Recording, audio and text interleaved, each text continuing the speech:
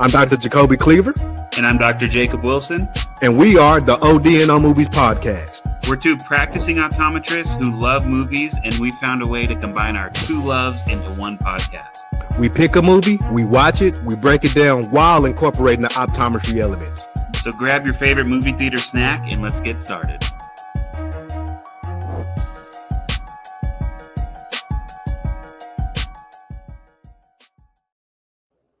Hey, you guys, welcome back to another episode of the OD'ing on Movies podcast. My name is Dr. Jacobi Cleaver, and I'm one of the co-hosts of the pod. Other co-host is Dr. Jacob Wilson, and a recurrent guest that the audience just absolutely love. Dr. Morgan Jones is here to discuss. Yeah, she's our co-host. She's running it back. Hey, man, but before we get into this movie, without saying what the movie is, I want to say that I've seen this movie twice in theaters, which is a first for me. Jones, how many times have you seen it in theaters? I've seen this movie in theaters the same amount of times I've been present on this podcast. 3 times. Three times. Jacob, how many times have you seen it? I've actually only seen it twice, but we're going to see it a third time here soon. Wait a minute. I thought you got... Wait, okay, I don't want... Because that'll give it up. So I'll explain in a minute, yeah. Okay, so before we start, I should say that we are going to govern this pod under Zeus's law. So we have to welcome our guest in and make her feel home and everything. But at this point, Dr. Jones is not a guest. She's pretty much... yeah, she lives in a guest house out back. Of the pod? Because Kenzie is the third. So maybe, unofficially. Yeah, okay. Yeah, she's the fourth member of the pod. So yeah. And this pod, I'm not sure when this episode is dropped, but it'll be pretty soon. But you guys might have seen... to those who follow us on Instagram, we do the mystery movie recap. And I didn't know anything about mystery movies until Morgan told me earlier this year. I had no idea. And I think that's the coolest way to watch a movie because it's usually something you probably wouldn't see otherwise, right? So maybe Jacob will get on the bandwagon. I'm going to do it here one of these Mondays. Did you see the comments? All the comments we got? You commented about that you really liked the movie, and someone was like, "How did you see that?" Oh, yeah. I see that you replied to him. Yeah, for sure. Yeah, I mean, it makes for a good way to see the movie, man. And I think Morgan's because it's always a new release, more or less. So you feel like a true movie critic. You're getting like a cheap movie before most people will see it. Because the movie that we reviewed comes out this upcoming Friday, so it's already old news to us. And I think the tidbit or the asterisk to that is that the movie is usually going to be rated R. And again, like Morgan said, it's a new release that usually comes out within the next week or two. So it's a cool way to see it. Very affordable. I think AMC and Regal is like $5. One of the boutique theaters around here charges a little bit more. I think like $8. So, but nonetheless, it's all the same. And sometimes they're not rated R, right? Like it tells you the rating. Yeah. No, that's true. And then the one tomorrow is specifically going to be a horror movie, so they made a note about that. Oh, what do you guys think it's going to be? Man, I hope it's the Ice Cream Man. What is that? It could be Ice Cream Man, or you haven't seen the preview. It's a new who's doing it? Eli Roth. Yeah, it looks pretty. It looks pretty creepy. The other thing coming up though is Insidious. Comes out on the 21st, so it could be that one. The 21st is too far out, though. When does you think so? When does Ice Cream Man come out? I think on the 7th. I think this week coming up. It's probably Ice Cream Man. Well, they'll tell you the runtime, but usually the runtime will be like kind of fudged so that you can't guess the movie. But they said the runtime will always be like longer than the actual movie. It'll never be shorter, so you can always compare. There's people who will kind of guess what it is on Reddit, and usually they're right more or less. But I bet it's Ice Cream Man because Insidious is usually it's not more than a week or two out. Right. 3 weeks out. Okay. But it could be the Oak Street movie too. But I don't know if that's really a horror movie. I think specifically this one was tagged as rated R, right? So it won't be Oak Street because that's PG-13.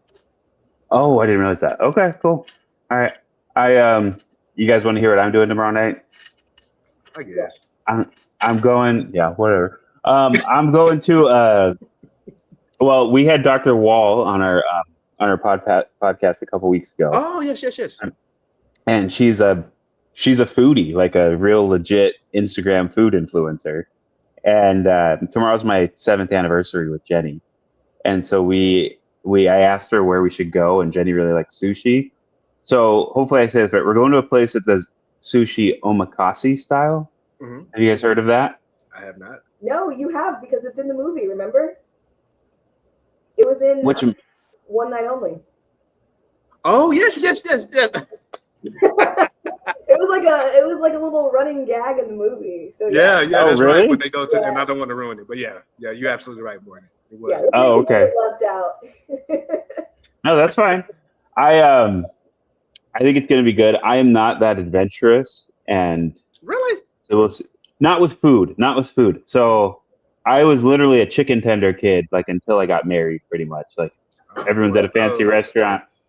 But no, I'm breaking out of it. That you can go eat at any restaurant. Every restaurant has chicken tenders. Everyone will fry some chicken, yeah. So with this omakase, they even you eat whatever the chef chooses, right, everything and gives it to you. So I know Jenny's excited for it. I'm excited too, but I'm just gonna have to close my eyes and shove some things in my mouth. I think some of it, if I get like an octopus leg or something like that, I'm not super used to that stuff. Really? At least it'll be smaller bites so that you don't have to like eat a whole plate of something you're not into, you know? Right, yeah. So it should be cool. They're giving us like personalized nameplates and like all this stuff. It sounds pretty fancy. Ooh, happy that's number 7, anniversary. Yeah. Dr. Wall gave the recommation. Yeah, I texted her and she's like, I've got plenty. She sent me like 15 different places, but then she said this. Yeah, she's built up a nice following with that. Mm-hmm. For sure. So shout out to Dr. Lisa Wall for joining us on the podcast for, what do we do? Disclosure Day with her. Mm-hmm. And, and also the recommendation. And hopefully we can connect at Academy this year. Since that's his backyard. But without further ado, Jacob, what's the movie? We are doing Minions and Monsters. Yes, correct. No, I'm just kidding. We're doing what I would have to say probably movie of the year so far is the Odyssey. It's definitely one of the biggest movie phenomenons I've seen, since like Barbenheimer a couple years ago, and they had Barbie and Oppenheimer come out at the same time. I've never seen the movie theater scene so excited as I have for this movie. So yeah, doing the Odyssey. What did you guys think of it? I enjoyed it. I did too. So nice. I had to watch it thrice. Yeah, you know what? And I know we're gonna disagree because I sent Jacob a text during the movie about a certain part, and then Jacob was like, "Man, shut up and just watch the movie." Right. So when we get to the part, I'll point it out. But I know I'm just team Cyclops at this point. So, but we'll get to it. Right. I was thinking about all the different treatments that I would have done if he came in post arrow injury. Yeah, come on, man. I mean, it was just completely unnecessary. Like, you guys escaped, wave goodbye, and leave. You don't need to. You said it's done. He ate some of their friends though. They ran up in his crib, ate his cheese. Yeah, come on now, didn't man. say nothing. But I think you trespassed. We'll get to that, but I think his arrogance is part of the movie, and his disregard for the gods' laws. Right. Part of it.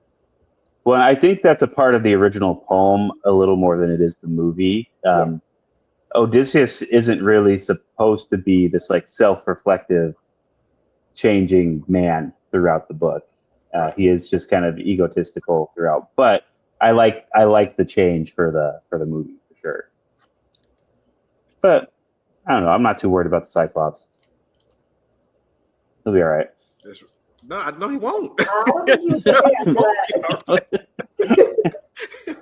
No, he won't be all right at all. He's Poseidon's son. They probably got some good health insurance or something. He'll be all right. So we start from the top. Uh-huh. What's going on? Travis Scott.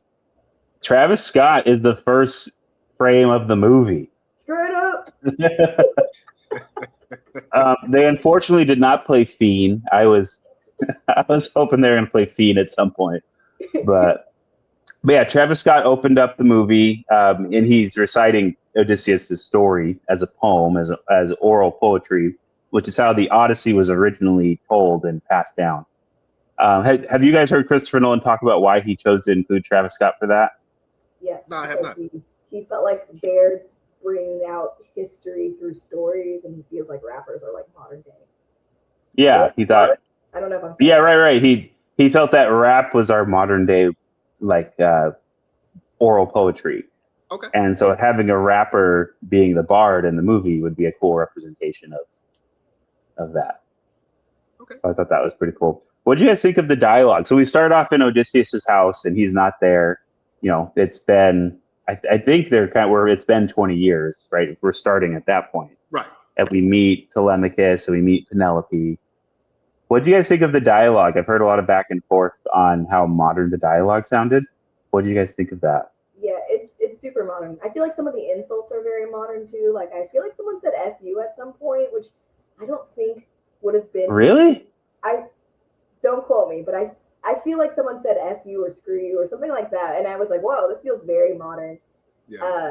But also I think every retelling or dramatization is going to just have the dialogue of whatever time you're in, because ultimately none of us speak like ancient Greek or whatever, so how are we going to know the sentence structures and how we, Right. Well, and why is the default always like Old English when we do these ancient movies, when they wouldn't have been in English anyway? So modern English is just as correct as Old English if it's not going to be in Greek. Right. So I don't know. It's kind of like there was a movie I saw recently. I don't remember, but they're supposed to be in like ancient Rome, and they all have British accents. It's like, well, that doesn't really make sense. What movie was that? I think it was The Gladiator 2. What's even funnier about that? What's even funnier about that is everyone had British accents except Denzel. Yeah. And Denzel was just straight up like Trading Day Denzel. I did not like that. It just sorry. I didn't like that movie either. It didn't really work, but yeah, we start out, we are with Telemachus, we're with Penelope. Telemachus is obviously kind of trying to hold down the fort. I don't know if that's the right way to say it, but the suitors are really trying to get Penelope to marry one of them so that they can become the king. And Telemachus is kind of trying to assert himself as the man, but he's still a boy. And really the first 10, 15 minutes, we're just hearing about Odysseus a little bit, or we see flashbacks of him. We see the most shocking scene might have been when they were picking out the puppy, and he just throws him off the cliff. I know. My mom did not catch that at first. I was watching it with my family, like my last watch, and my mom was like, "Oh, I thought he was just setting the puppy aside." I was like, "You didn't hear him yelping?" Well, he did set him aside off a cliff. For sure. Yeah, off the side. People's attitude towards animals were probably a lot more like, this is literally like a piece of equipment to me, not like another living soul. So yeah, this movie had a lot of like kind of aggressive scenes involving animals and hurting animals, and it was a little like, okay, if you're sensitive to like dogs being hurt, then I would take. And our society is interesting. I had to do a fire safety class yesterday at the Children's Hospital, or on Friday, and the man told a story about a NICU that had burned down. And one nurse got hurt, but none of the babies got hurt or anything. But then he told a story about someone who accidentally threw like a grease fire on their dog or something, and the whole room gasped really loud. And he's like, "See, I just mentioned a whole NICU lighting on fire, and none of you thought anything of that. But I mentioned a dog." He's like, "That's how society is today. We just care so much about our animals." But it's not always been like that. People haven't always viewed animals as like my dog is like, I view that as my child. But well, wait a minute. So whenever he was telling the story and he mentioned the nurse in the NICU, he completed that story and then he told you about the dog. Yes. Well, yeah, like we don't need the gasp at the NICU. Nobody was hurt. I mean, outside of the nurse, nobody perished. The nurse did a fantastic job. But what, you throw a grease fire on the dog. And, that's awful, right? Yeah, I got to gasp at that. Yeah, that's true. That's true. But he was But I thought people love their dogs for sure. It didn't seem like it was like that back then. But Odysseus seemed to love. What was the name of that dog? Argus, right? I think so. All these names are hard to catch up with, and some of them sound so modern yet aren't. Like Penelope. Yeah, I'm like, wow. It's because some of the names we still use. It's funny. Penelope. Penelope's a pretty name. The blind prophet was named like Tiresias. I was like, whoa. Tyrese. Tiresias.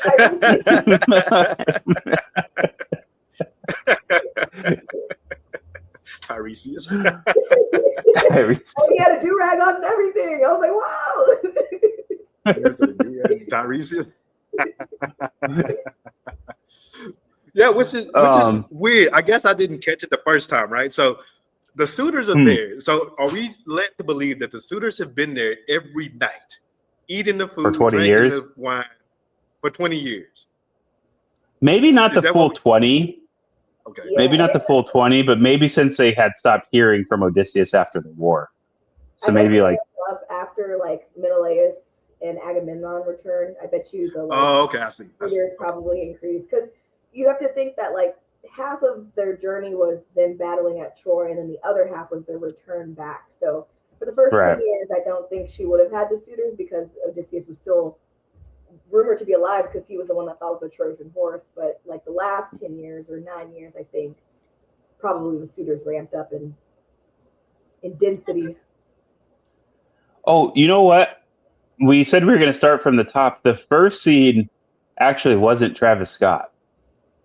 The first scene was Elliot Page just getting absolutely just nailed by the spear. Yes, that's correct. That's correct. To the horse, which I was not expecting at all. Because, everyone made such a big deal about Elliot Page being in the movie, and everyone was saying he was going to be Achilles, and everyone was mad about it. And in the first 30 seconds, he just gets slimed out. Like, instantly. Yeah, like Jenny and I actually burst out laughing in that. Him and Lupita, like people were making such a big fuss about him and Lupita being in it, and I think combined they probably made up like maybe 5 to 10 minutes out of this 3-hour movie. Maybe 5, yeah. Lupita, Lupita was like barely in the movie. And she got $1.5 million for that, for her screen time. And I think Elliot Page got about $1 million, something. Yeah, I heard Zendaya got $5 million.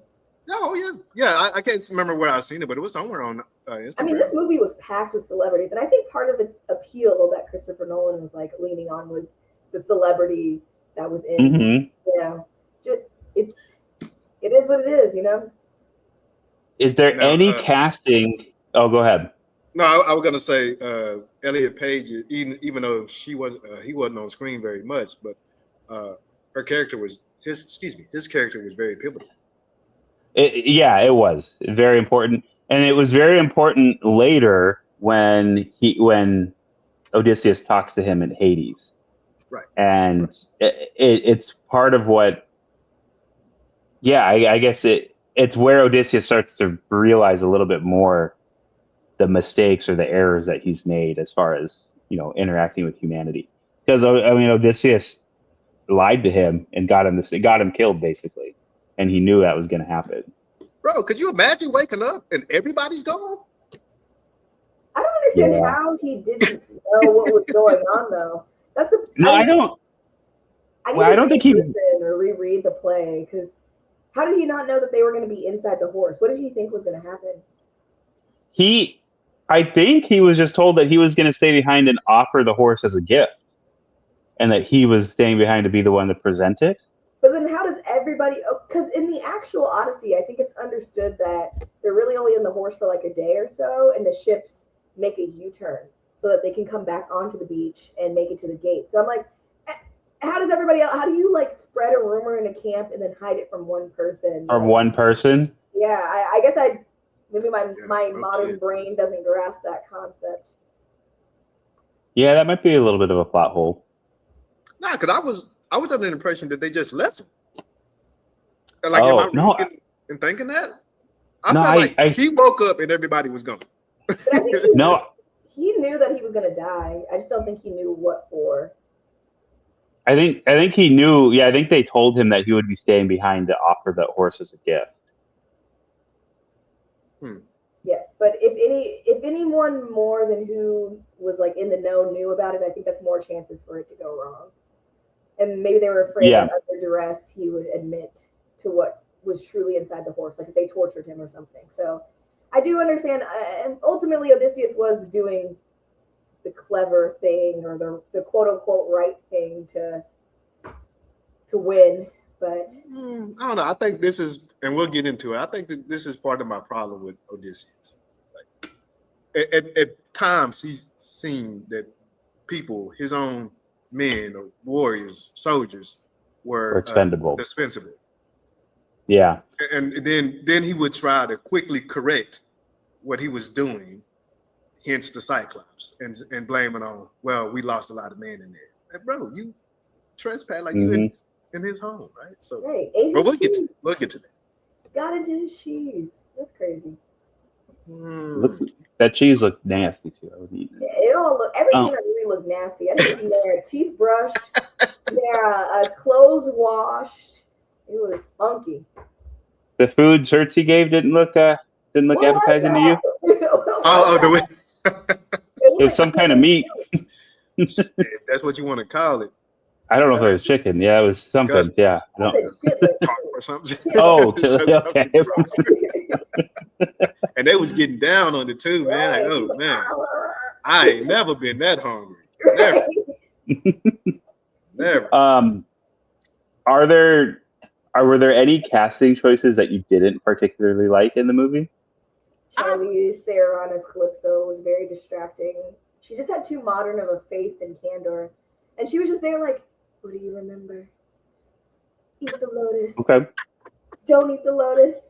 You know, I don't know if it mattered who played that part. I just didn't like the character. Yeah. You've been drunk, man, for 7 years? Yeah. I'm saying, no, it don't matter who's doing it. I don't like you, man. That's fair. Yeah. I think I liked everyone. I didn't love Robert Pattinson as much as everyone else did. What? Yeah, I don't. What, you didn't love? You didn't love his portrayal of it, or you didn't like the character? I didn't love his portrayal of it. Really? He's good at playing a sniveling coward, because I feel like that's how he kind of was in the drama too. He was like a coward. I think it was a good transition. Get these beggars out of here. Get these beggars. Or that end scene where he's behind the poles and he's like, "Get the spears."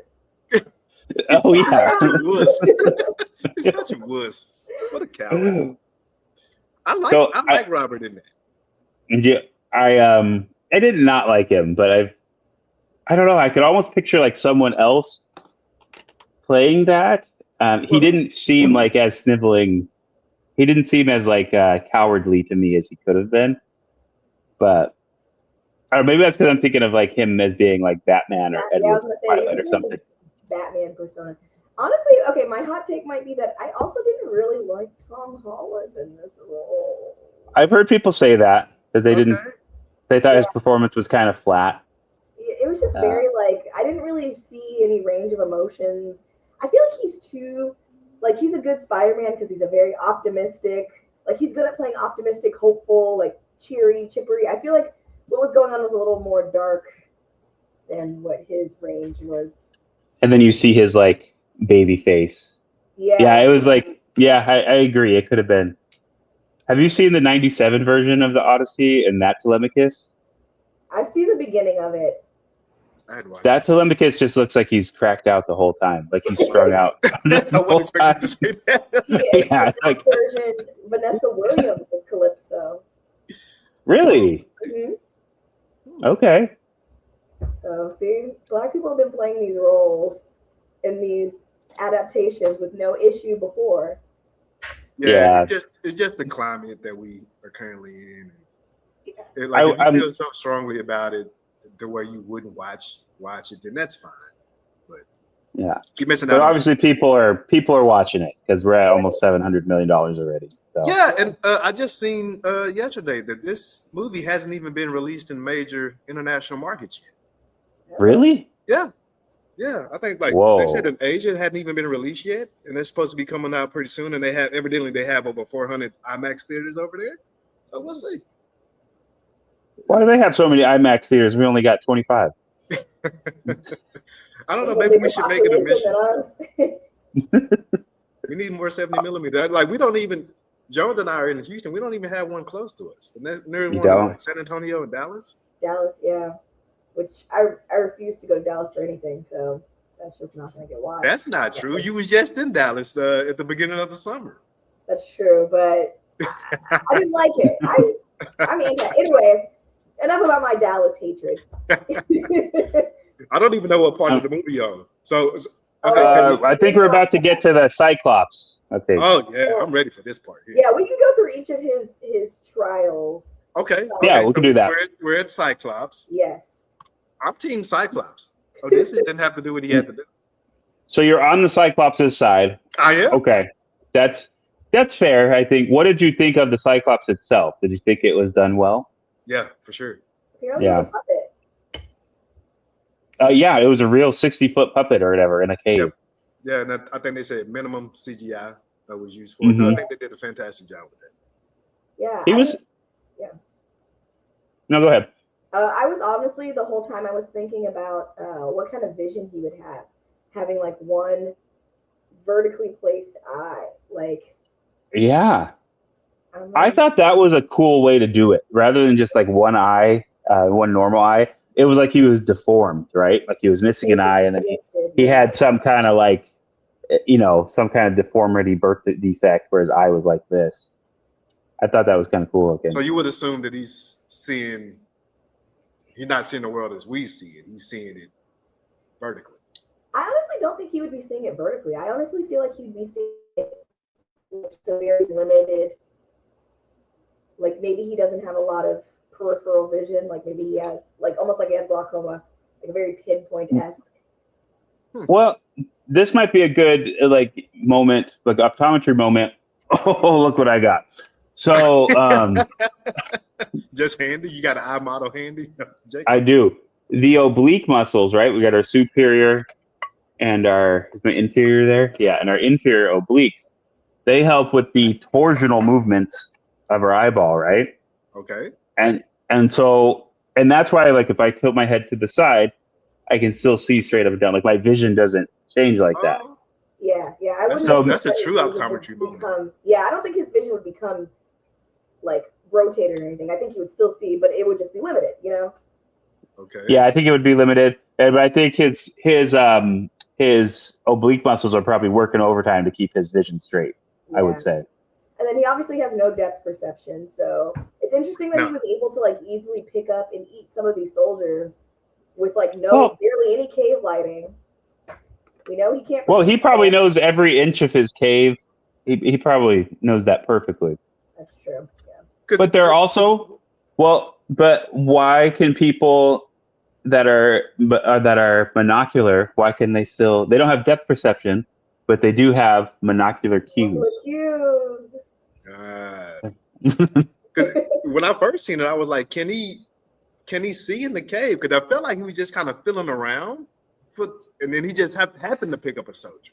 Or maybe you think he felt the presence or whatever else? Oh, maybe so. Maybe he did have. It was just like maybe for the first one, but then he was definitely picking him off the second time. I thought.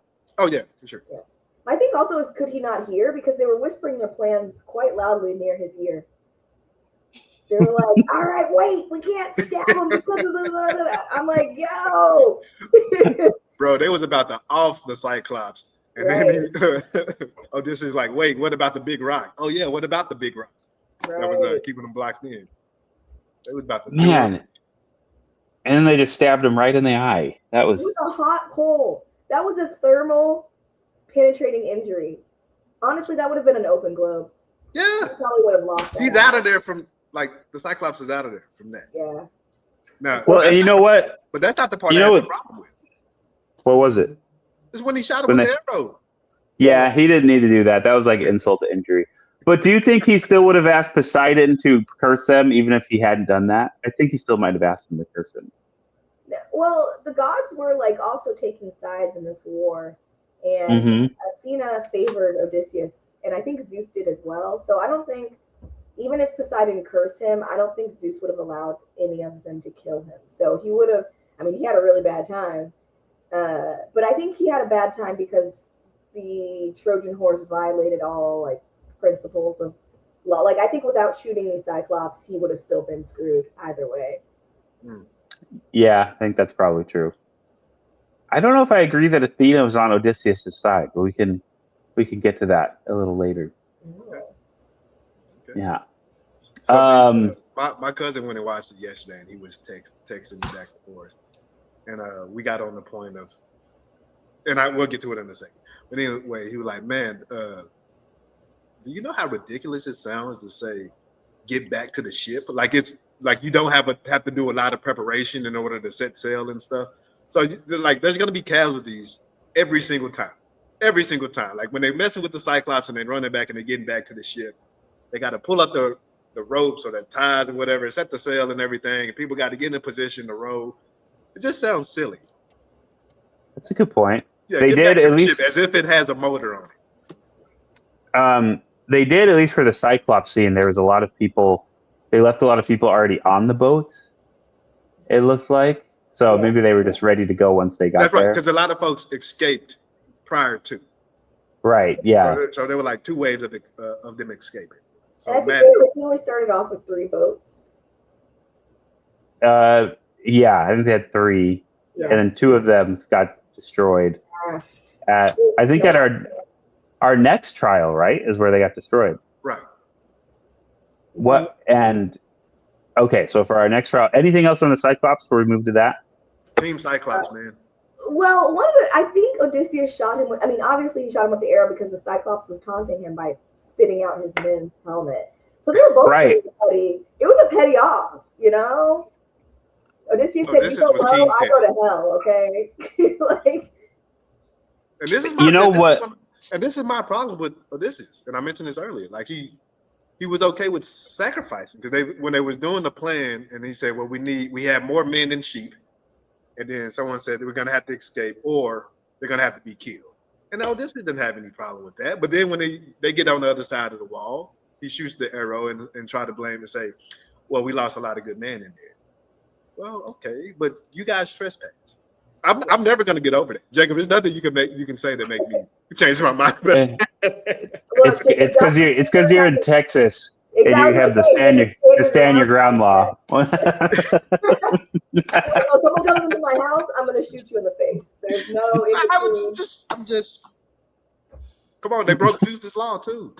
Yeah, but you can't run up into random people's houses. And you can't. Actually, pre Cyclops, they had found a random village and straight up burned that village to the ground because they wouldn't. Yeah. And the guy warned them. He said, "If you go that way, you're not going to." That's right. You're not gonna like what you find. Yep. And how cocky is that? Well, like you break into the Cyclops' house and say, "Prepare fire. We'll greet him upon his return." Like, oh, whatever, man. Like, get outside till he gets back. Their greeting when they saw how big he was to still start drawing their swords. Like Polyphemus, because his name was Polyphemus, right? Right. Polyphemus. Polyphemus. Mm-hmm. He had no chance. He stood no chance. My poor guy. Yeah, he was just chilling with the sheep on an island by himself.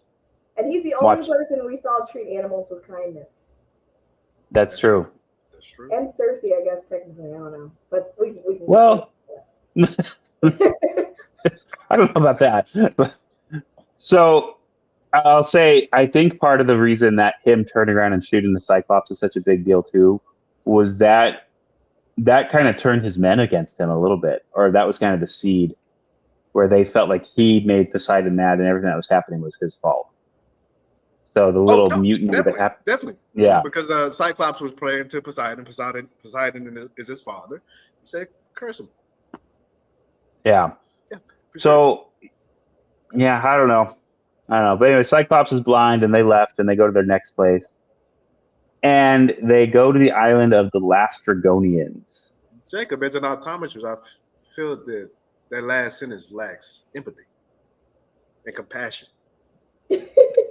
Cyclops bond, they leave. Sometimes that's how it is. I mean, what can I do for an NLPI? Not much. And you know what? That's likely super infected You don't know what was on that stick, and they heated me up. Yeah, honestly he would have gotten enucleated. I don't. Here's in all That's honesty, the best here's case what probably scenario, happened. Enucleation.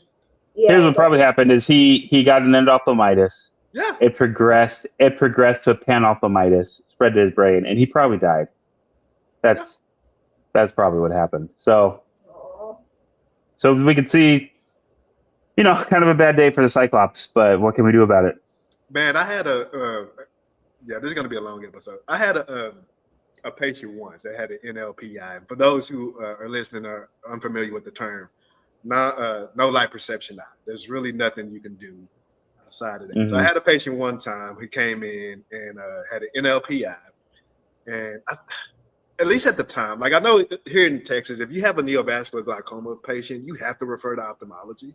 Like there's even if it's NLP, you have to refer to ophthalmology, right? So at the time, I called the ophthalmology resident over at Benton, and I'm going over the case with them. And obviously, it's not an urgency, but I'm just doing within my, doing what's inside of my licensure. And the chief at the time was in the background talking to the resident. And, they could be kind of tough on the residents. And the chief said, "What in the hell are we going to do for NLPI?" And from that moment, I'm like, yeah, you know what? You're absolutely right. You're absolutely right. They said, "Cleaver, you can manage that." Okay. Yeah. But I'm just working within the scope of my licensure. Like they say I have to refer there, and I have to refer. So. Is that have you done your due diligence at that point if you consulted an ophthalmologist and they say they don't need to see them? Like, have you fulfilled your duty of referring at that point? I would assume so. But this doesn't go without any documentation, though, right? So correct. Yeah. And since then, we still have to refer for NVG, glaucoma, whatever else. But since then, the laws have kind of changed. Okay. Yeah, because before, I've been practicing a long time, but before, regardless, if you have a glaucoma patient or you diagnose with someone with glaucoma back in the day, you would have to refer to ophthalmology off the rip.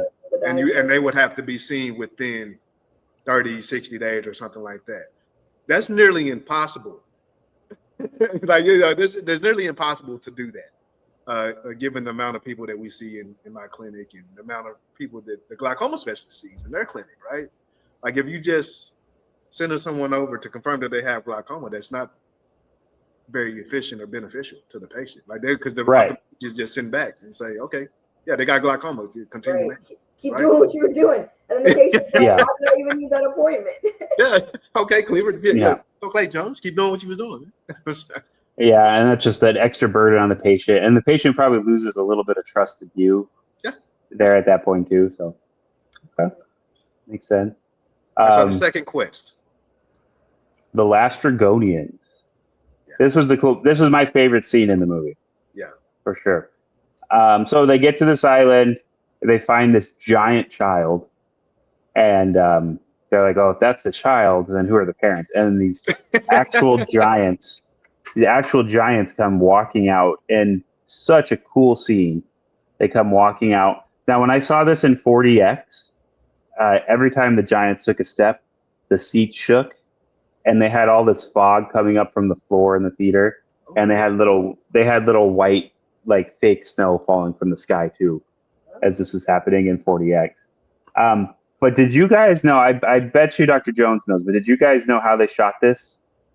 Over 7 foot tall stuntmen, and then like little people for like so that the height difference was even more exaggerated. So did you see that woman who played Matt Damon and he said, "Yeah, I think she would." Yeah, she like 4'8". 4'8". Yeah, and then the guy playing, I guess the giant chasing him was like 7'1", so 3 foot height difference. And then with the camera angle, they made it look awesome. And her arms were jacked. So now knowing that, every poster of the Odyssey you see where he's about to fight the Last Dragonians, it's that stunt double standing there. Right. And those are her arms. Yeah, she was just jacked. Yeah. Yeah, for sure. Hashtag girl power. And when I was looking at them from an optometric standpoint, I was thinking about like maybe they have Marfans, though they were very well developed. Usually Marfans is like the connective tissue disorders. So there's like a lot of lankiness. But I'm like, man, I know those lenses are subluxing somewhere. Man, I've only seen a couple of Marfan's patients in my practice, and each one I've seen have been skinny. Yeah. Like I hadn't seen one that was jacked or. No, these guys were lifting weights, eating tons of protein. They're coordinated. Actually, do you know where they were getting their protein from? They in the poem, they're originally cannibals, the Lastrygonians. Oh, right, that's correct. That's correct. Mm-hmm. That would be so. Yeah. Imagine a 7-foot cannibal. I'd be so petrified. With those swords were crazy. They look like this. Fists, or what is it called? You know, like the little curved. The scythe. Yes. And then they kind of looked like the swords that the orcs had in Lord of the Rings, some of the flat ones. But yeah, when that first guy got hit by the sword and just went flying, that was awesome. Or when they got trapped in the trees and they were just getting sashimied up. They were just getting stabbed up. Yeah. They're getting prepared. They're getting omakasi'd. And that explains why they chased them down to chop their ships apart. Because I think most of the people chasing them away just wanted to make sure they don't return to the shores. But they were probably like, yeah, we're going to eat them. Yeah. Yeah. And that's just the point where we lose 2 ships. Yeah. Only one of the ships is able to get away, and the Lastrygonians sink the other 2. And I think this is also after this scene is when, like, you can see visible PTSD on, like, his shipmates' faces. Like, they're curled up in balls, like, just kind of just like 1,000-yard staring, like they just saw all their men get chopped to bits. And really luck is the only thing saving them. Yeah. And Athena. Because I looked it up, and Athena was on Odysseus' side. Okay. Yeah.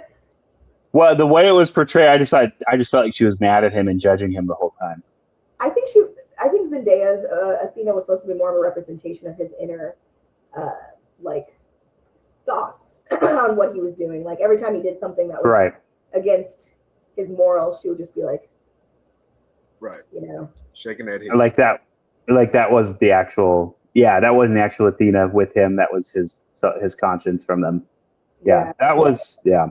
There were really no big gods in this movie, whereas I think in the other portrayals you do see some of the gods. I mean, we see a lot of witches and nymphs and like offshoots, but we never see any actual gods. I mean, unless we were to believe Athena is actually Athena and not like his idea of what Athena looks like or should be. Yeah, agreed. Yeah. So what's after the last of your curse? Well, after the Lastrygonians, they end up at Xerxes Island. That's where they end up.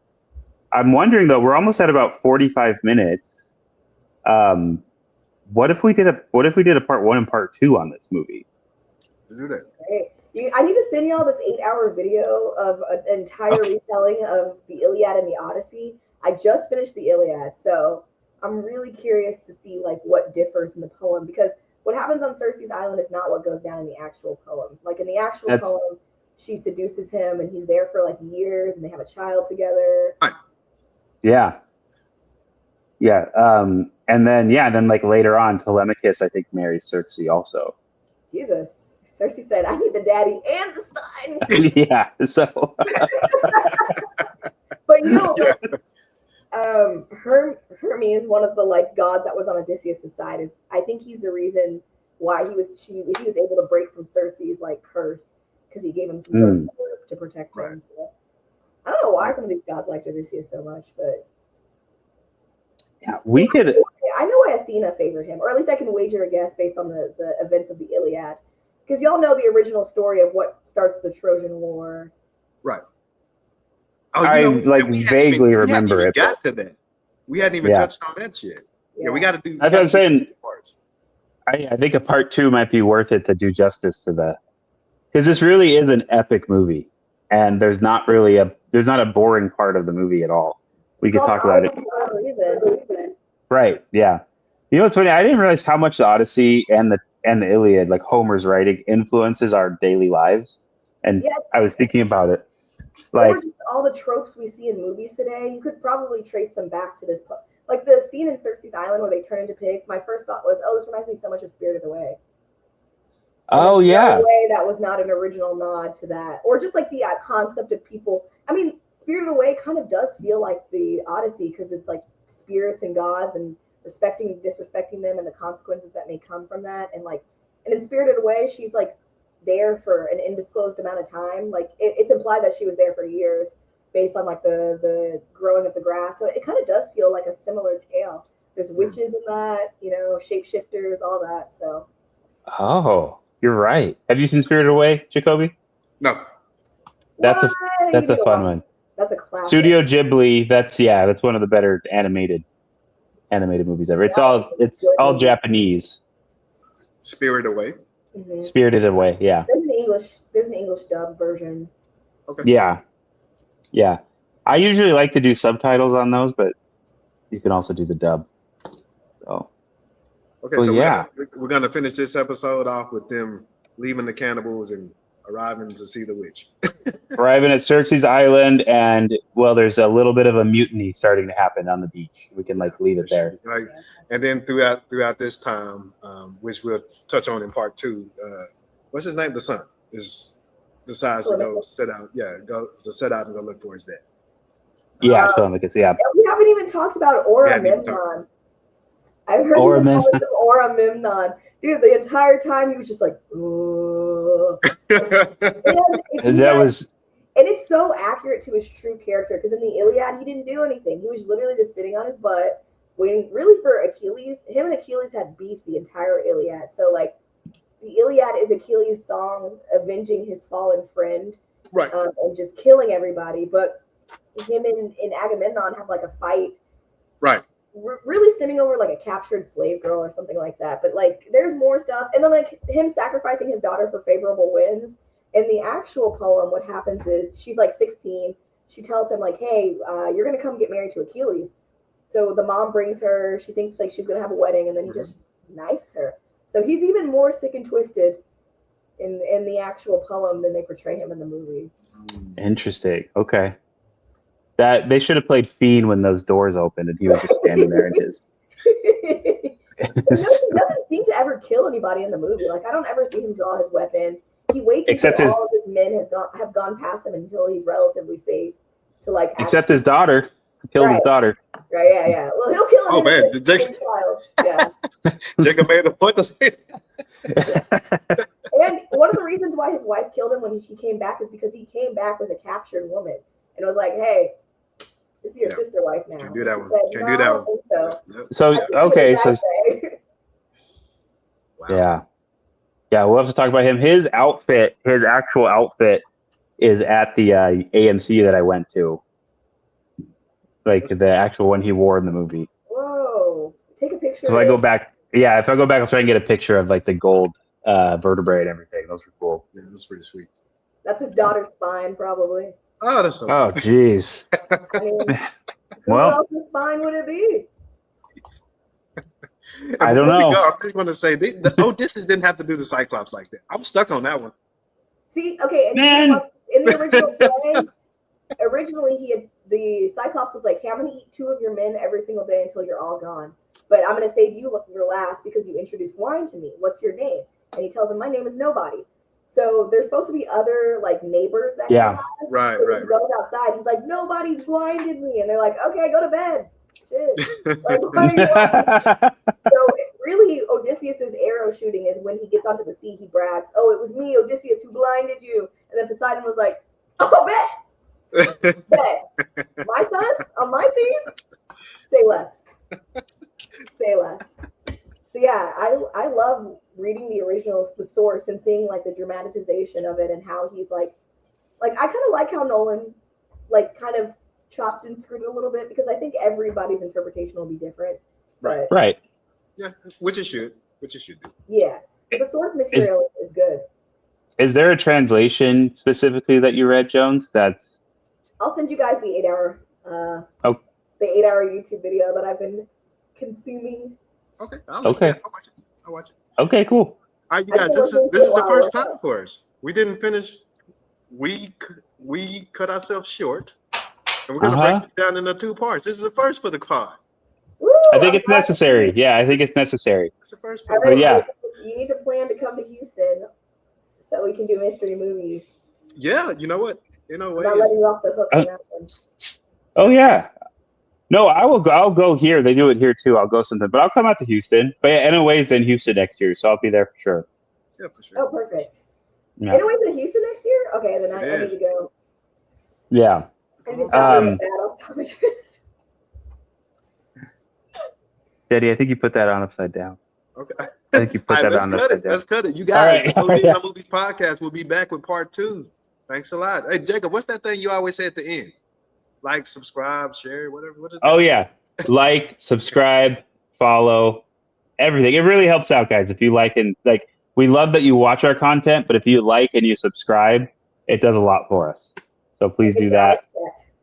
Get your eyes checked, and tell my wife to learn how to put the harness on our dog.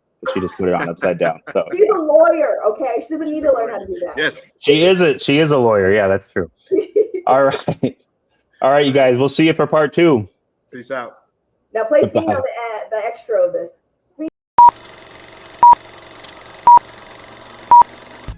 All right, that's it for today. Don't forget to like, subscribe, and follow wherever you get your podcasts. And don't miss the sequel. Get your eyes checked.